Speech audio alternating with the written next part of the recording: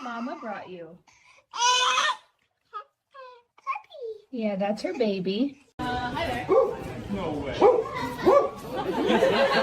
He's ordering, bro.